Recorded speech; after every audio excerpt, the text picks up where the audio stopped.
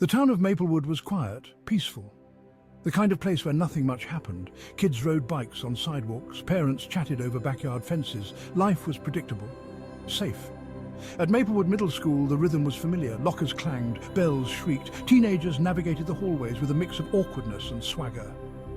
It was in this ordinary setting that Mason, Medeiros and Michael lived their lives. Two ordinary boys, or so everyone thought. Mason and Michael were more than friends. They were a fixture, a constant presence in the halls of Maplewood Middle. Their laughter echoed through the corridors. The other kids knew them. Teachers smiled at their antics. They were just boys being boys. Their world was small, defined by the boundaries of Maplewood. School was their stage, their classmates their audience. But within this bubble, a shift occurred. It started subtly. A harmless prank escalated. Words were exchanged, sharper than usual. The easy camaraderie they were known for began to fray. There was tension, an undercurrent of something unspoken.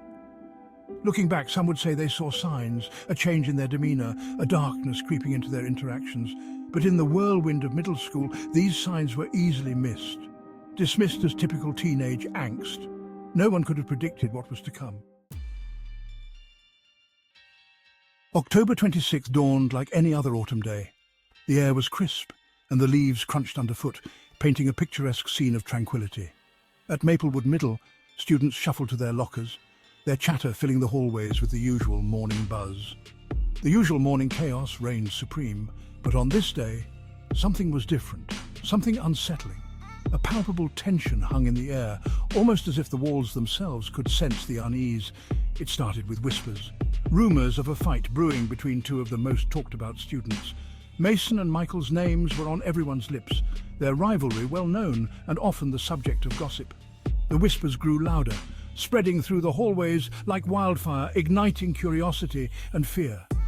By lunchtime, the entire school was buzzing with anticipation, the tension almost tangible. Lunchtime arrived and the cafeteria buzzed with nervous energy, students casting anxious glances around.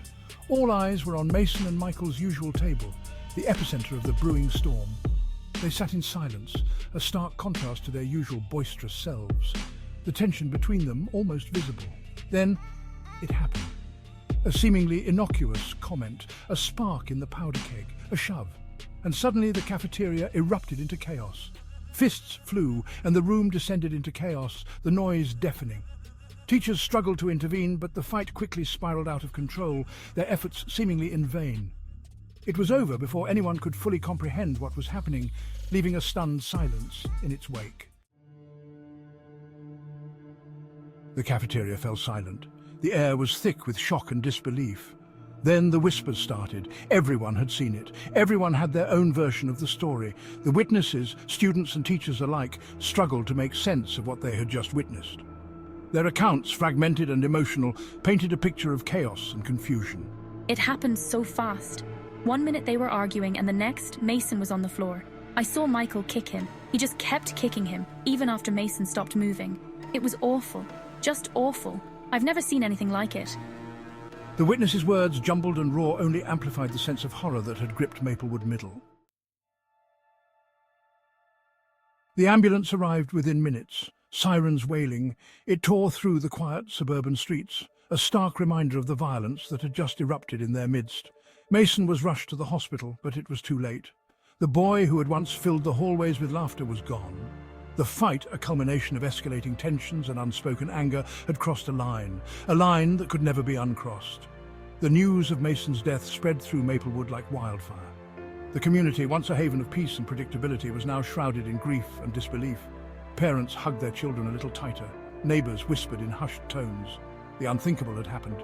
Their idyllic town, a place where nothing bad ever occurred, had been irrevocably stained by tragedy. Section 6, Unravelling the Why, a look at adolescent psychology. The question that echoed through Maplewood was simple yet profound. Why? Why did this happen? The community was left grappling with the aftermath, searching for answers in the midst of their grief. How could a seemingly ordinary argument between two friends escalate to such a horrific end? What were the underlying factors that turned a simple disagreement into a tragedy? Experts were called in. Specialists from various fields gathered to dissect the incident. Psychologists specializing in adolescent behavior offered their insights. They shared their knowledge on the intricacies of teenage development. They talked about the complexities of the teenage brain, the hormonal surges that can drastically affect mood and behavior, the intense emotions that can often lead to impulsive, even violent behavior. These emotions can be overwhelming and difficult to manage. They spoke of peer pressure, the need for acceptance and belonging that can drive teenagers to make irrational decisions. The influence of friends and the desire to fit in can be powerful motivators. They discussed the role of social media, the constant comparison and online bullying that can amplify insecurities and fuel conflicts.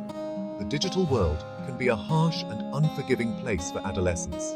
But amidst the theories and explanations, one thing remained clear. There was no single answer. The situation was far more complex than it appeared on the surface. Understanding the psychological factors that contributed to this tragedy was a complex and nuanced undertaking. It required looking at multiple aspects of their lives. One that would require a deep dive into the lives of Mason and Michael and the environment that shaped their actions. Their family dynamics, social interactions, and personal struggles all played a role in the unfolding events. Navigating juvenile law.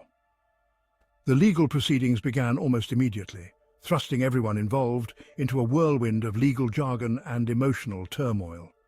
Michael, now labelled a killer, was thrust into a system designed for adults, ill-equipped to deal with the complexities of juvenile crime. The stark reality of his situation was overwhelming. The courtroom became a battleground, a place where the fate of a young boy would be decided amidst heated arguments and passionate pleas. Prosecutors argued for justice, demanding that Michael be tried as an adult. They insisted that the severity of the crime warranted an adult trial. They painted a picture of a cold, calculating teen who had intentionally taken a life, leaving no room for doubt about his culpability. Defense attorneys countered with pleas for mercy, emphasizing the need for understanding and compassion. They argued that Michael was a child, his brain still developing, who had made a terrible, impulsive mistake. They highlighted his vulnerability and the potential for rehabilitation. They spoke of his remorse, his utter devastation over the loss of his friend, and his deep regret for his actions. The case sparked a national debate, with people across the country weighing in on the appropriate course of action. Should a child be held accountable for the actions of their still developing brain? The question resonated deeply with many. Where was the line between justice and compassion? The balance between these two principles seemed more elusive than ever. The judge, faced with an impossible decision, ultimately ruled that Michael would be tried as a juvenile.